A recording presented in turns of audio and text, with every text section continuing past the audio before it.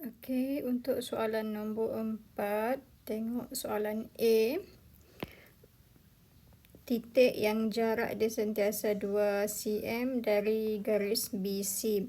So, garis BC yang di atas BC. Sentiasa 2 cm dari BC, jadi kita ukur 2 cm. 1 cm, 2 cm. So, A. Kemudian dari sini 2 cm. 1, 2. Di sini. Kita cuba tanda dia punya point lah. So, kalau daripada C, 1, 2. So, 2 cm. Semuanya dia berada pada garisan di atas. Jadi, kalau di atas ni garisannya bernama garis AD. Lokusnya adalah garisan AD. Okey, soalan yang kedua, soalan B. Titik yang jarak dia sentiasa sama. Kalau yang A,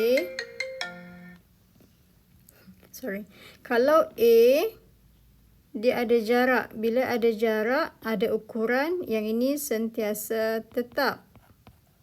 Ukuran dia tetap. Kalau yang kedua ni, jaraknya sama. Okey, bila sama, ukuran dia tiada ukuran. Dan ukuran dia akan berubah mengikut pergerakan lokus. Okey. Penanda dia titik B dan titik D. Maksudnya ada dua titik penanda. B, D.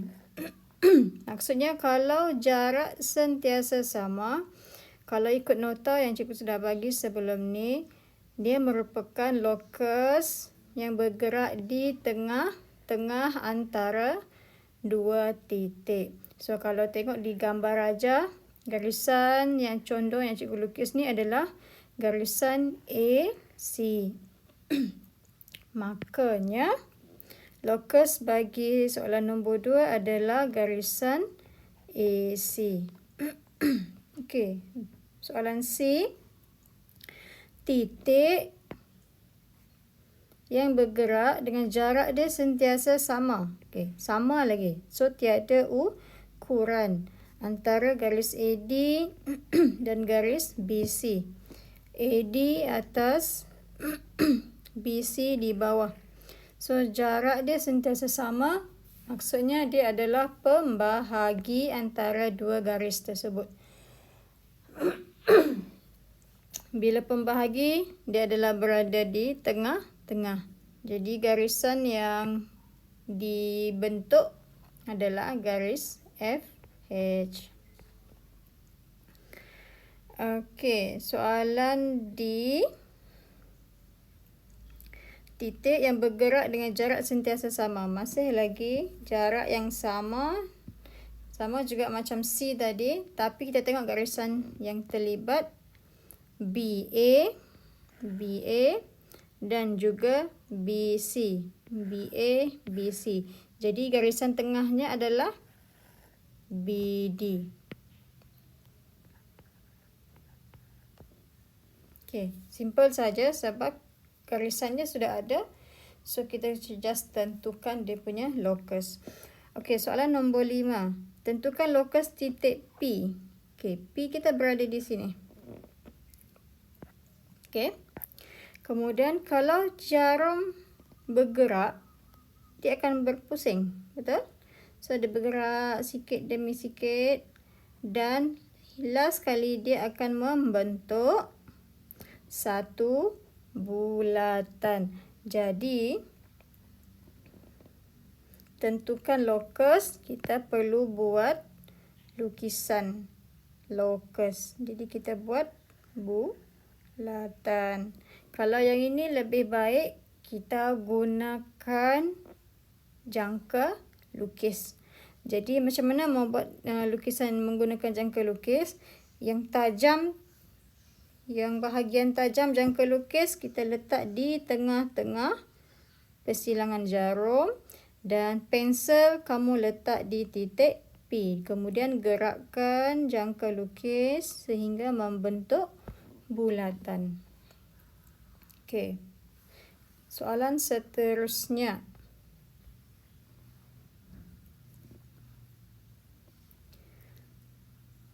Huraikan setiap lokus. Okey. Lokus X, kalau kita tengok di sini, dia bergerak dalam keadaan straight lines.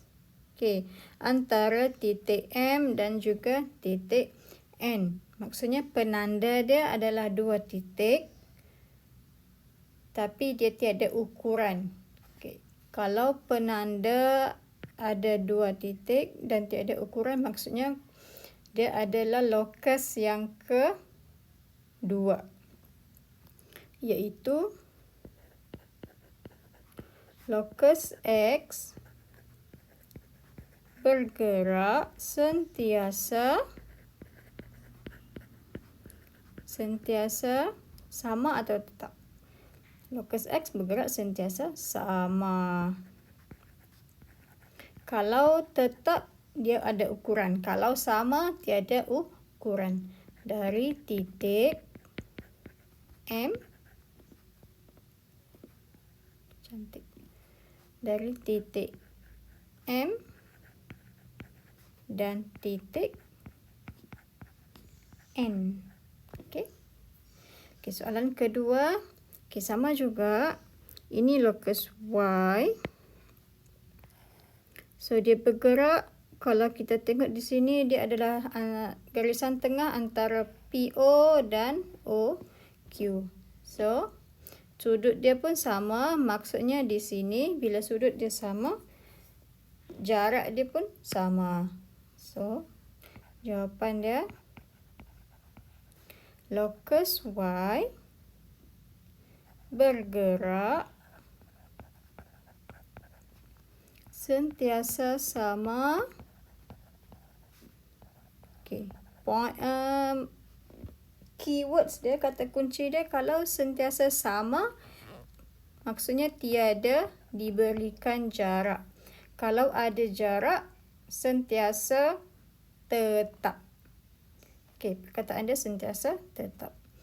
Okey, sambung. Sentiasa sama dari garis OP dan garis OQ. Okey, kemudian soalan yang nombor 6. Dia nak kita lukiskan lokus X dan juga lokus Y. So, kita buat lokus X dahulu. Jarak sentiasa 5 cm, maksudnya dia berjarak tetap dari titik Q. Dia adalah lokus yang pertama dalam keadaan melengkung atau satu bulatan lengkap. Tapi kita punya ruangan jawapan ini sahaja, dalam kawasan PQRS ini sahaja. Okey, so kita punya lukisan tidak perlu lebih. Okey, kita tanda dulu. Yang mana Q?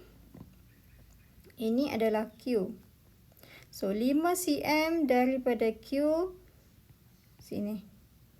Kita tidak perlu guna pembaris sebab ukuran dia sudah bagi. Okay, ini adalah 5 cm. So, sini juga 5 cm. Sebab PQRS adalah segi 4 sama. Okay. So, 5 cm, 5 cm, 5 cm, 5 cm. Jadi, kalau kita tengok, dia adalah garisan melengkung PTR. Jadi, kita lukis dia punya lengkungan. Okey. Untuk jawapan soalan nombor 6, yang pertama, lokus X, kita perlu guna jangka lukis. Kemudian kita labelkan lokus X. Okey. Kemudian Y ialah lokus bagi satu titik yang bergerak jarak sentiasa sama. Okey, tiada ukuran dari titik P dan R. Jadi ini adalah lokus yang kedua. Jadi kita punya titik P, titik R. Jadi garisan dia berada di tengah-tengah. Okey. Jadi lukisan lokusnya adalah garisan QS. Okey. Jadi kita labelkan locus Y. Okey, kalau ikutkan di sini soalan dia, kita tidak perlu lukis penggarisan tersebut. Kita hanya perlu label. Tetapi cikgu mau tunjukkan kedudukan yang sebenar dia supaya lebih jelas. Tu cikgu lukis. Okey. Okey, terima kasih.